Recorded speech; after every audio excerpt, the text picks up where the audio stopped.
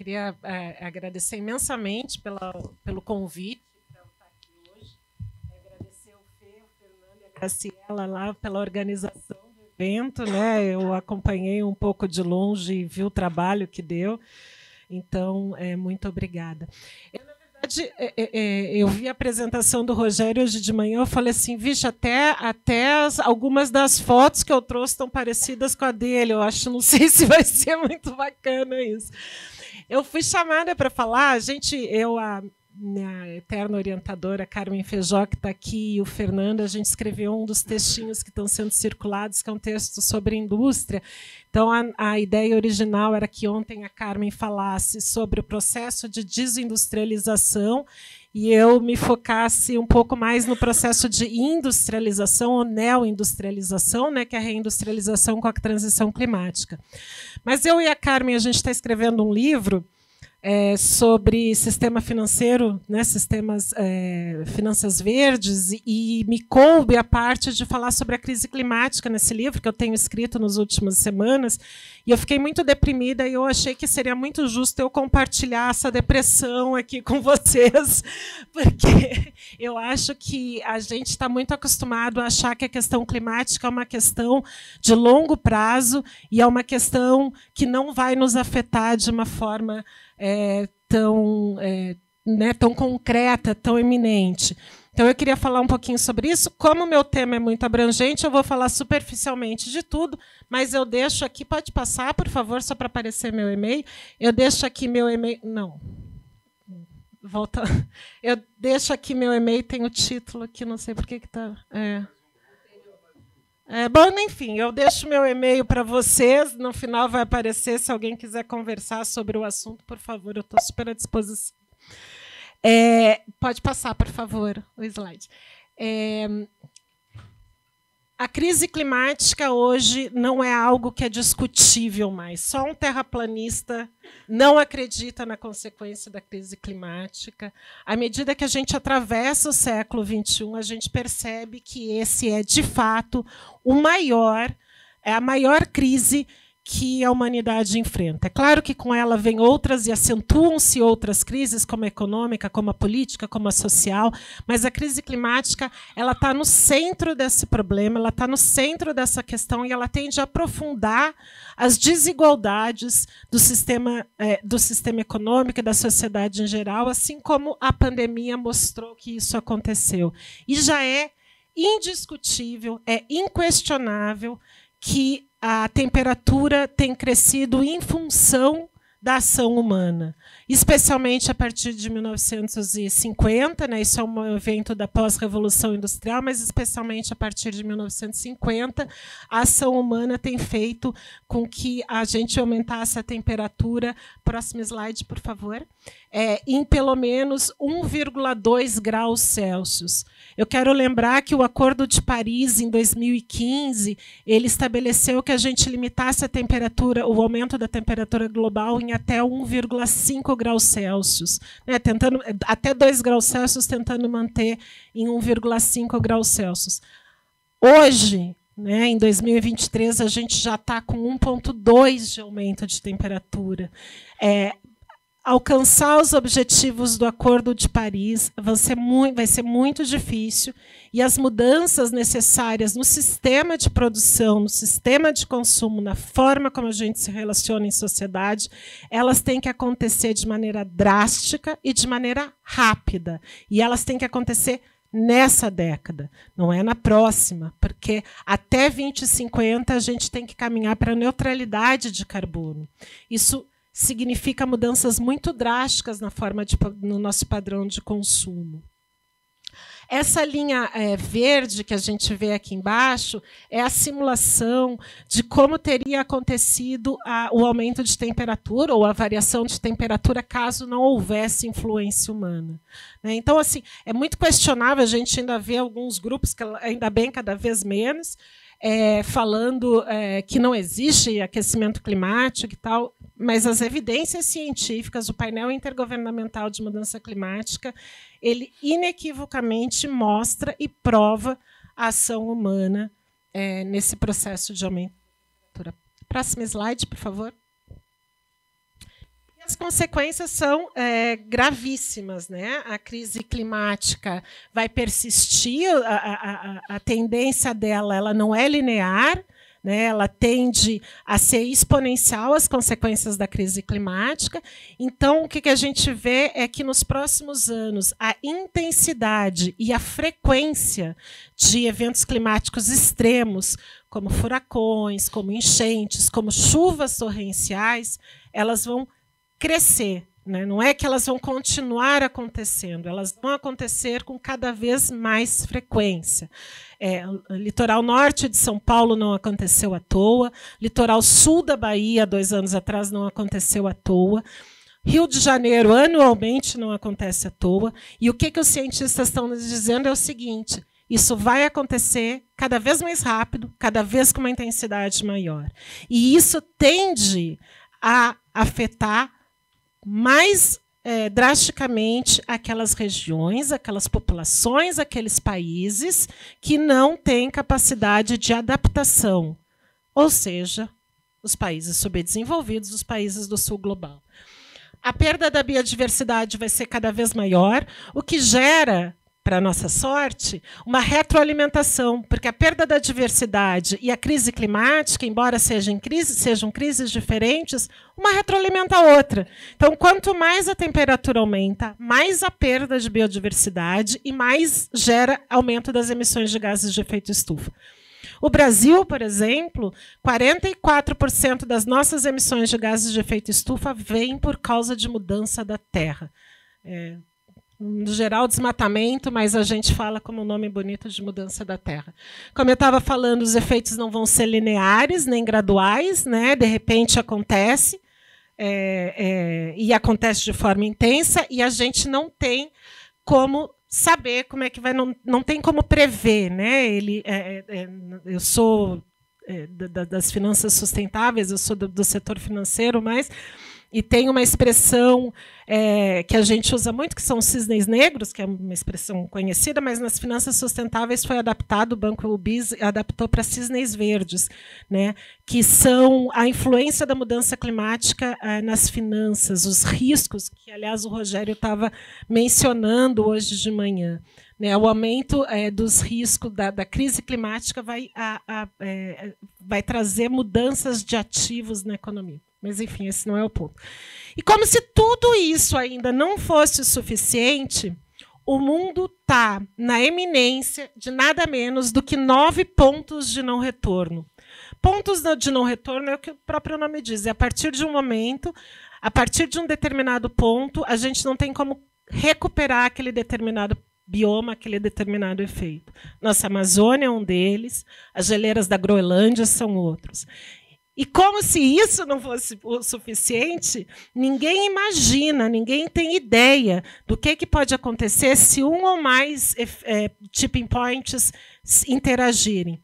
Por exemplo, a Amazônia regula o sistema de chuvas da América Latina, da América do Sul. E eu tenho que copiar esse nome porque eu nunca sei qual que é. A circulação meridional da reviravolta do Atlântico regula o sistema de chuvas do mundo inteiro. Se eles interagirem, a previsão é até que a gente consiga reverter o clima dos trópicos pelos climas polares. Quer dizer, próximo slide, por favor. E no Brasil? O Brasil, a gente vai ter queda substancial da produção agrícola, da produção de subsistência, né, mas também da agropecuária. A região centro-oeste não vai ser mais apta para ser plantada soja. Tem uma possibilidade muito grande de savanização da Amazônia. Regiões do Nordeste, que são semiáridas, vão ficar áridas. O Sul pode virar também o deserto.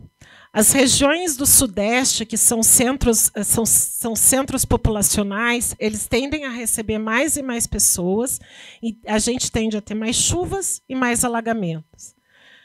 A gente tende a diminuir a quantidade de água por causa da seca, o que vai afetar a nossa eficiência energética e, por extensão, a nossa produção industrial ou o que sobrou dela. A gente vai ter também, tem uma previsão de ter pelo menos 1 milhão de refugiados climáticos apenas na região do Nordeste. Isso para não falar da ressaca das marés, né, que a gente tem visto aqui no Rio de Janeiro, e para o aumento do nível do mar. Pelo amor de Deus! Em minha defesa, tinham me falado 20 minutos. Próximo slide, por favor. Agora 15. Então, quer dizer, a transição climática ela é urgente, ela é necessariamente verde, ela é necessariamente sustentável, ela tem que necessariamente representar uma mudança estrutural na economia, tanto do mundo quanto do Brasil, dos países subdesenvolvidos, e é por isso que eu acho que eu gostei tanto daquele gráfico da malha aérea brasileira, né, porque ele mostra a desigualdade.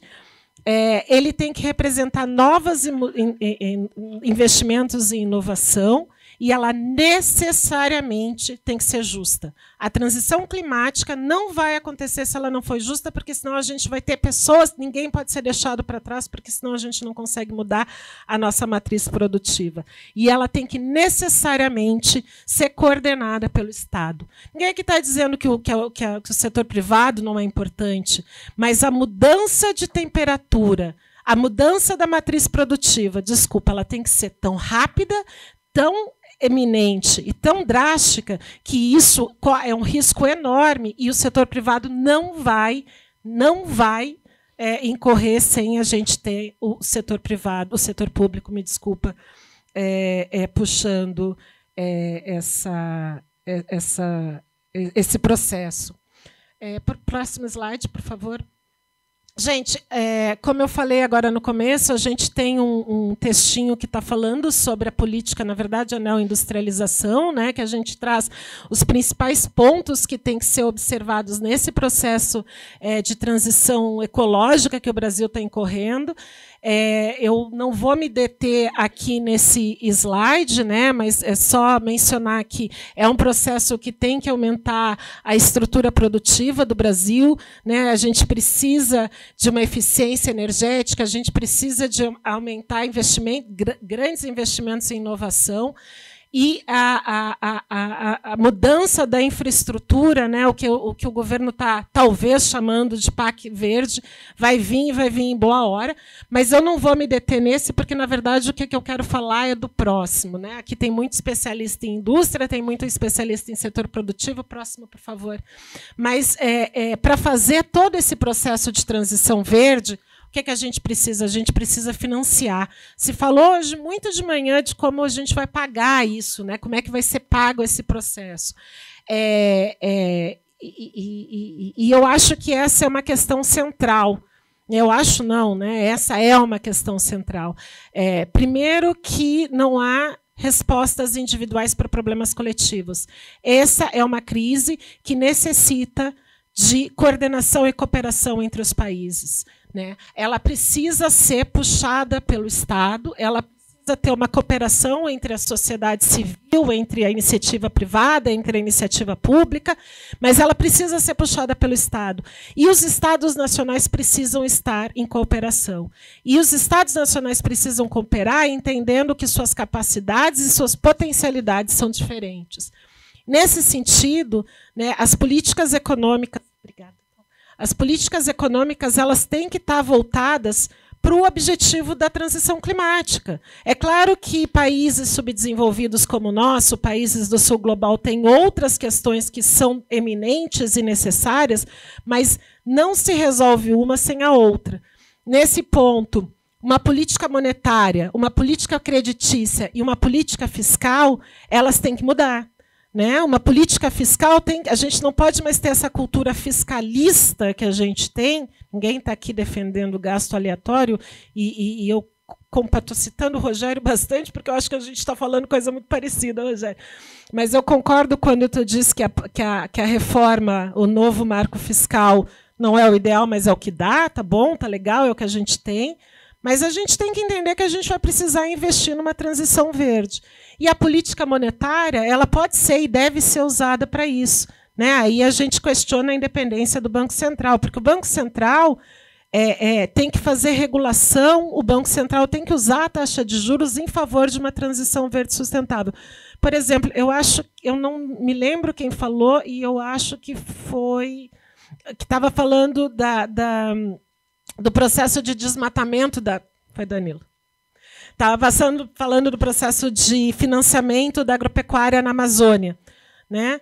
O setor financeiro está fazendo esse financiamento. Então, tem que ter uma regulação contra esse tipo de financiamento. Isso é poder do Banco Central. É o Banco Central que faz essa regulação. Não é só a gente investir nos setores verdes. A gente tem que desestimular o incentivo a setores marrons. E isso é feito por meio de política de monetária, por meio de Banco Central intervindo nisso. E o Banco Central é um braço de política pública. Como braço de política pública, ele tem que estar alinhado à política do Estado Nacional. A política creditícia é a mesma coisa, né? O Brasil tem a sorte de ter uma gama de bancos públicos, são 20 e tantas instituições financeiras públicas, 5 federais, bancos que conseguiram sobreviver a essa onda aí, né? O BNDES entre eles. Esses bancos representam 45% da oferta de crédito. Vamos usar eles para incentivar um financiamento, um processo de investimento para uma economia mais verde, para uma economia sustentável. A gente precisa de uma nova estrutura de financiamento. A financiarização e o curto-prazismo, ele não vai funcionar quando a gente necessita de investimentos de longo prazo. É claro que o setor financeiro está se voltando para esse processo porque os riscos climáticos são muito grandes e são muito evidentes, mas a gente precisa disso mais rápido ainda. E aí eu queria, nessa questão da nova estrutura dos bancos na nova estrutura de financiamento, eu queria falar da importância dos bancos de desenvolvimento. São os bancos de desenvolvimento e os bancos multilaterais que vão puxar esse processo. Obviamente, eles não vão fazer isso sozinhos, mas eles vão puxar esse processo atuando como braço de política pública do Estado. Para isso, eles têm que estar fortalecidos e eles têm que ter fontes de recursos suficientes para tratar nisso. A gente trabalha, eu, o Fernando e a Carmen também, a gente trabalha numa proposta que é usar fundos soberanos de riqueza para capitalizar os bancos de desenvolvimento. Fundos soberanos de riqueza são recursos do petróleo, então é um processo que a gente pode usar aí para essa transição ecológica. A gente tem um textinho que acabou de sair sobre isso. E a gente também trabalha com a atuação com o Banco Central, capitalizando os bancos de desenvolvimento. Desculpa. A ideia é que o Banco Central capitalize essas instituições, mas que o Banco Central também atue como uma Engea. Ninguém deve lembrar disso, né? A Engea era uma empresa que, na década de 90, fez a transformação dos ativos podres das instituições financeiras em ativos bons. Então, a ideia é que transforme ativo marrom em ativo verde. Muito rápido, pode passar, por favor. Eu não vou passar as observações finais, porque a Paula já me puxou a orelha. Muito obrigada e parabéns pelo evento de novo.